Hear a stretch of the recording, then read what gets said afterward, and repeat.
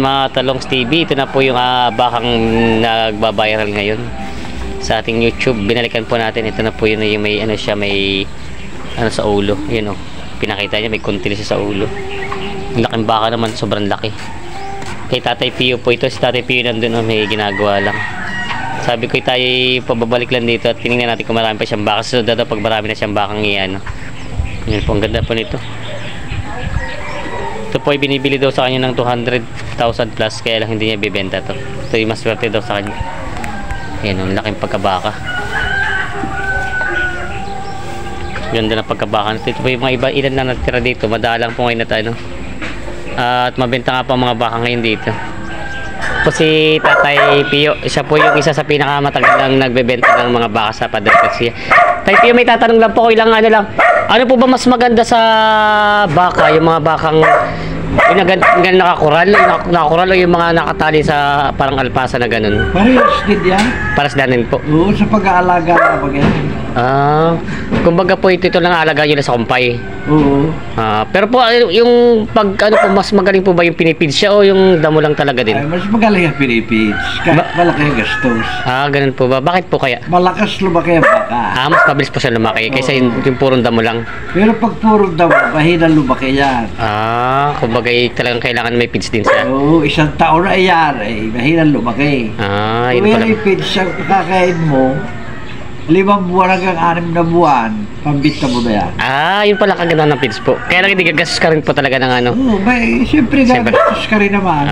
Yun, start. Yung pong bang kasi parang napansin ko sa amin, ako po kasi taga-Tayabas ako sa Quezon. Ang baka po ba yung mahina sa ulan? Mahina yan. Kailangan din rin pagkakuni, kinakailangan rin Koral talaga. Koral. Oo. Kasi parang napansin ko sa amin, parang papayat ng mga baka. Kumpara dito sa mga baka dito sa inyo sa Papatangas. Sinisipon yan. Kumbaga mahinip pa lumaki pala pag ang mga baka ay... Siyempre, sinisipon rin. May na lumaki yan. Yun po ang kalaban pala ng baka. Yung kalabaw naman po. Yung kalabaw walang problema. Talaga kailangan yung ulan. Putik. Yun po kailangan ng kalabaw. Lagi yung kinakailangan ay nakasalubluban. Lalo pag mainit. Kaya pala po yung sabi ko, pati mga baka sa madalang ang baka, marami sa aming kalabaw. Yung pala kalaban ng baka ang lamig. Kalaban. Kaya pala pag maulan, minsan talagang napayat ang mga baka. Lalo kayo paraw ito. Init. Kasi sipurin yung mga baka. Naramdaman yung may sipon na bigyan agad din yung ng gamot. Ano pong ginagamot niyo din?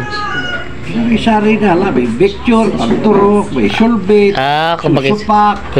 Para pa mga gamot sila. Para ano po yung ginagawa niyo pala? Ito ang pambaklaw sa baka. Baklaw? Yung po bang sa... Busal. Kayo na marunong din pala kayo gumawa, ano? Ako na ang gumagawa. Parang libangan yun na din. Para matibay ang gawa ko. Talaga, hanggang sa ipagbili mo, buhay pa yan. Pero binibili mo sa palengke. Butit mo. Dalawang linggo, wasak na yan. Kayo na rin pala nagawa, ano? Orang gumagawa. Libre na yan. Parang libangan nyo na rin po dito. Libangan ko na rin naman. Hindi na nga kakalayo masyado. Ay, pati hindi po kayo pala, hindi ko na gustong pumasyal sa paradahan? Dito na lang ako, hindi ko na kaya. Hindi niya rin po kaya talaga pag pamasyal doon. Lagi nag-ihi. Kapag may problema kasi pag hindi kayo makatagal din sa credit. Hindi ko makatagal. Pero hindi kayo naisipan na pumasyal mga minsan doon? Minsan, napasyal. Napasyal din kayo? Yun pala. Tulad ng mga bininta ko mga pagkatay na, napasyal ako. Sumakasama kayo nagbenta? O katulad doon. Ang kapital ko doon, tumubo ako doon ng 200,000. Ayos naman pala po. 5 baka. Ayos din nga pala po, ano? 6 na buwak ko alaga. Alaga niyo rin po sarili? Oo, sarili ko yun. Kala ko naman po yung binili niyo din. Mga sarili niyo pala. Binili ko maliit. Tapos pinalagaan nyo na lang din. Pinalagaan ko na dito sa akin, kwadra. Ayun po yung kasama nitong isa. Yung nakita na. Yung marami daw. Yung malaki. Ito naman po hindi nyo bibenta yung isa niyan. Hindi ko naman bibenta yan. Sa ko ilaruan na yan. Ang dami nagugusto po niya yung simula nung nagkausap tayo. Ang dami nagugusto sa bakang yan. That's sila gusto.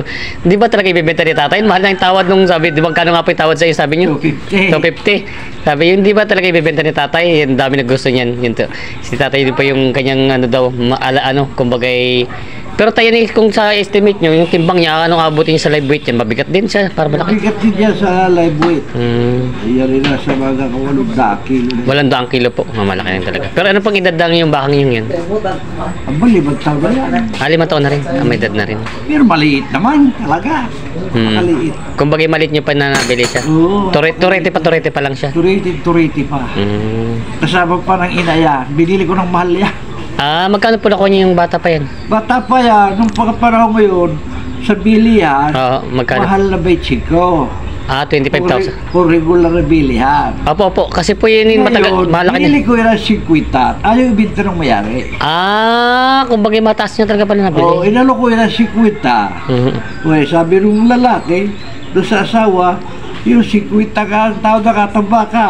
Yan ko ibibinta natin, baka hindi pa mabetchik ko yan. Opo, kung bagay kalahati ng pinatong nyo. Kalahati. Sabi ng babae, sige, bigay mo na. Anak po ulit yung katamba ka ng ganyan. Pero hanggang ngayon, hindi na umanak. Hindi na umanak. Siya kung pinapakayan uli. Binabangan nyo sana kung makakaparoon. Binabangan ko, hindi na umanak. Hindi na umanak. Kaya pala ito talagang hindi nyo talaga ibibenta na ito. Hanggang sa kumuha na yun talaga. Tandang matanda na. Patagal nyo na pala talagang alagang-alaga ito, ano? Kumbaga ito daw sabi ni tatay, ano niya na, kumbaga laruan na lang. Laruan na lang. Napakabait yan. At yan mga batang maliliit, tagaran rin na, nasa kayo diyan. Talaga pong sila mabait talaga? At suot na siya ilalim ng bata, hindi na tibo. Mabait talaga siya. Mabait. Yan si Tatay Pio. Si Tatay Pio po yung matagal-tagal na, ilang buwan na, parang 3 buwan na po yung huli natin nagkita dito, pumunta ko sa inyo. 3 buwan na. 3 na po yun. Yan po, si Tatay Pio po yung maraming alagang baka dito, sa kayo may alagang kakaibang baka dito sa Padre Garcia. Yan po, mayroon din siya mga binibenta mga baka. Ngayon nga lang po yung sa panang parang naubos na, ano po? Ubus na ulit, sa linggo ulit. Sa linggo na po ulit. Ano nga po itong barangay niyo ulit? Pansol, barangay Pansol. Hanapin niyo lang po si Ma'am Tatay Pio. Dito lang po sa malapit lang dito sa tabing kalsada. Yan. Linggo na hapon, dadating may 100. Marami po pala parating. Alas 4 hapon nandito. Yun po may 100 daw po ang darating nila sa ano. Baka doon meron na kayong mga stock po ba? Kung bagay pipick upin na lang din. Pipick upin na lang yan si Tatay Pio. Mga barangay. Hindi po ba siya mismo sa ano niya binibili? Yung iba. Pag wala na po, pero nagkano rin kayo? Una ko muna sa mga barangay. Kulang. Una ko na pasok sa market doon sa Ordale. Mas maganda rin po. Mas maganda naman po kasi sa mga bukid at mura-mura. Mga presyo kaysa sa loob ng katil. Siya nga po. Nakataas. Yan si Tatay Pio. Si Tatay Pio pinasyalan natin, sabi ko dadaan tayo dito at galing tayo sa paradahan. Yan si Tatay Pio. Ayos naman si Tatay Pio. Di nga lang makapasyal daw sa paradahan ngayon. At medyo matanda. Ilan taon na nga po ulit kayo? 68. 68. Ay, bata pa. Tatay Pio, ay bata pa rin pala. Na-operahan ako sa spinal, kaya ako yun. Kaya. Kung totoo si bata pa nga rin naman, kaya-kaya pa. May nakasabay tayo matanda doon kanina. Parang ganun din kasi edad nyo rin. Naghihila, naghahawak pa ng baka kanina. Mga 80 mo kayo. Wari ko po 80 ngayon yung isang matanda doon. Kayo pa yung na-opera sa spinal. Kaya, hindi ako na-operahan, malakas pa. Yan. Pero si tatay naman kahit pa paano may libangan pala dito na yung bosal, baka. Bosal. Ginagawang bosal. Para po sa mga turete, ano? Turete, malaki. Matibay yan, gawa. Kumbaga kinukuha nyo na rin, hindi na rin bago yung mga pinagtalaya na rin, ano? Magamit pa naman. Yan. Yan si Tatay Pio. Yan, maraming salamat Tatay Pio. Pinasila natin. Yan, pinasila natin at yung mga nagtatanong. Sa linggo ng hapon, lunes ng umaga, pumasyal ko rito. Yun po, maraming baka daw. Sa lunes daw po ng umaga, marami na ulit silang dating. Umagang umaga. Yan, salamat tay. Okay. Yan, thank you po. Yan po. Madalang ang mga bakang dumating at yun nga po, mabili daw ngayon at may dumating sila, ubos din agad. Marami daw namimili na mga nagbabay and sell dito sa kanila. Kumbaga tubo lang daw po ng konti, binibigay na nila. Ayan o. Mga ganda. Mga bakang norte po yung mga bakang norte. Yan si boss. Sila po yung mga nakikita natin sa Garcia. Okay, pumasyal. Sabi ko baka marami kayong bakat. Wala pa daw. Oo nga. Naka 13 na. 13 na. Yun nga din, karating lang daw. Karating lang ano. Ito naman ito, mga magkaninta na yung mga nandito mong naiwan na ito mga ito. Iba't iba. May 45. May 45. Bawas. 40, ganyan. Kumbaga yung 40 pataas Doon na tayo pala. magbimerenda. Magbimerenda, shoutout muna, magbimerenda muna tayo. Yes, yan. Yan si boss daw. Ay, bay, saan dadalhin sana yun? Coke, doon, try nyo, yun tayo. Ito mga ganito, magkano ito, mga ganito? Ito, nakuha ng ninong ko sa Sariaya. Oo. Pati ng 50 5. Ito yung pambintan na bili na. Oo, yan. 550, ano? 50, 500. Yan. 50,500. Oo. Ito yung bibenta rin nila, ano? Binabayan sila din ito pala ito. Mga ganda. Nandito yung mga ganda, mga lahi, mga baka. Kaya lang ilan na lang siya, no? Hindi natin ano natin yung mga pagod sa biyahe. Yan po mga Talongs TV, nagbalik tayo dito. Pumasya lang tayo dito kay Tatay Pio at matagal-tagal na tayong hindi nakapunta dito. Binidyo mo kali yung si ano? Oo, yun ang inuna ko. Yan sila, boss. Shout out po dito. Ilang kalimitan na nabibili yung mga baka talaga?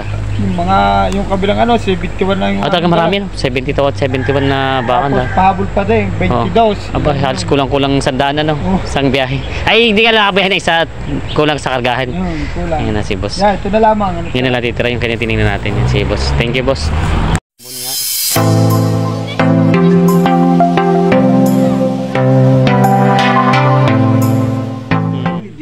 Hindi naman natin. Kaya pala ito talagang hindi nyo talaga ibibenta na ito. Oo, hanggang sa kumuha na yun talaga. Tandang matanda na. Patagal nyo na pala talagang alagang-alaga ito, ano? Kumbaga ito daw, sabi ni tatay, ano niya na, kumbaga laruan na lang. Laruan na lang yan. Di ba? Napakabait yan.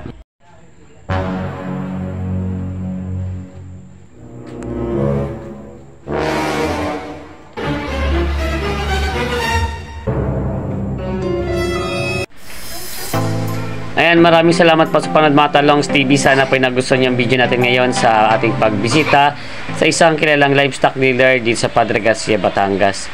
Sana po kung nagustuhan yung video natin ay pa-share at pa-subscribe na rin po at sana po huwag natin skip yung ads. At patuloy natin supportan nating channel, lalong hit ang ating YouTube channel. And maraming salamat po sa patuloy na suporta sa inyong lahat sa ating channel.